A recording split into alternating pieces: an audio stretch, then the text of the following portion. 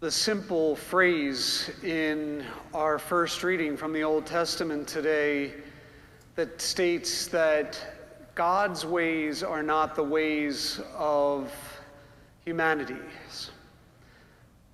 haunts all of the readings tonight. For in both the first reading and particularly in the gospel as well, there is an anxiety about God's choice in comparison to the choice of human beings.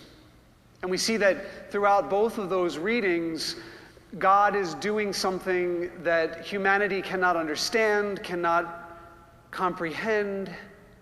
And in fact, in both cases, we find people that are both believers and unbelievers. A very useful and helpful tool for us on our spiritual lives, on our spiritual journeys, is the ability to open up the Scripture and to understand it not just as a historical event that happened 2,000 years ago, but something that is relevant to us in the here and the now. And one of the ways that we can do that kind of reading of the Scripture is perhaps to insert ourselves into the story and see the story from a particular perspective. And as I used that technique in my own preparation for this Sunday's liturgy, I began to have an anxiety of my own for the position that I felt was being spoken to from was the position of the Pharisees.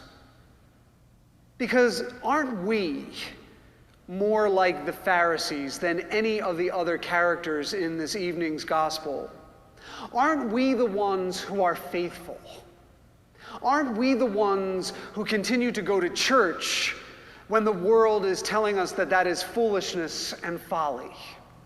Aren't we the ones who continue to go outside of ourselves to discover something about the greatness of God in a time in which we are being encouraged to be self-absorbed and self-focused? Aren't we the ones who are interested in studying and learning and growing spiritually? For that indeed is who the Pharisees and the Sadducees are in the scriptural readings. And the thing that is the anxiety at the root of that is that the ones who knew the most about God, the ones who had studied and practiced the law with precision and dedication and with spiritual earnestness, were the ones who had the most difficulty seeing God when he stood in front of them.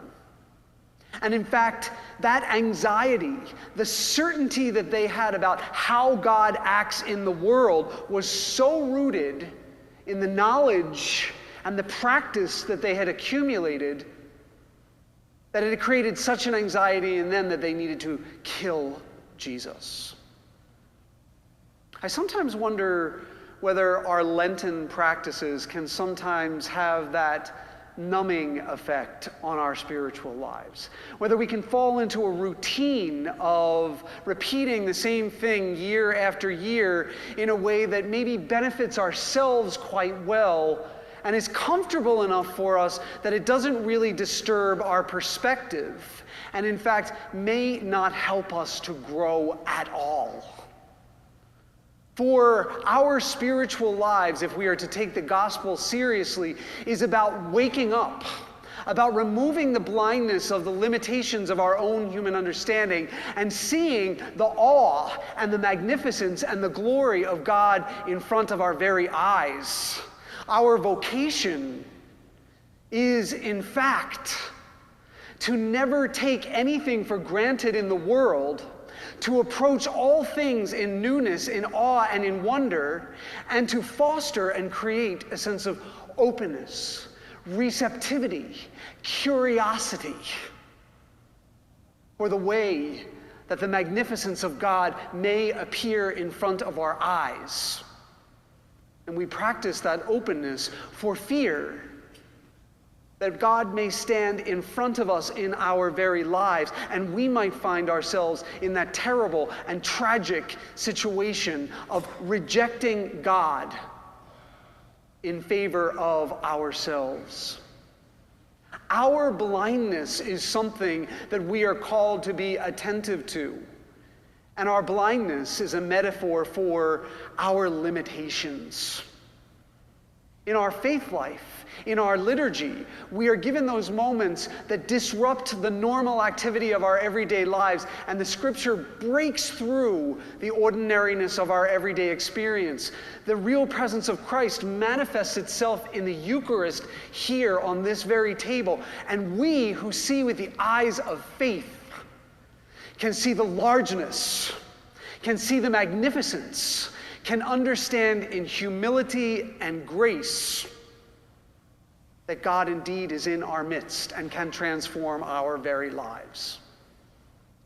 We don't need to look very far to see the work of God in our lives. For each of us who has spent any time on this earth learning and growing and praying can look back at a genealogy of spirituality in our own lives and can tell each other and ourselves the stories of the ways that God has freed us from the limitations of our own understanding and freed us from the shackles of sin and wrong choice and wrong judgment, and giving us time and time again, despite our own stubbornness, the opportunity to grow and to change, to develop, and to become.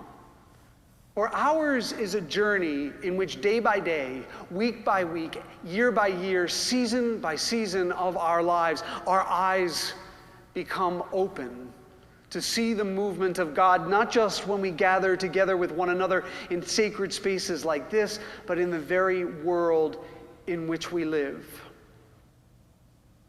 In what way does God need to cure your blindness during this sacred season of Lent?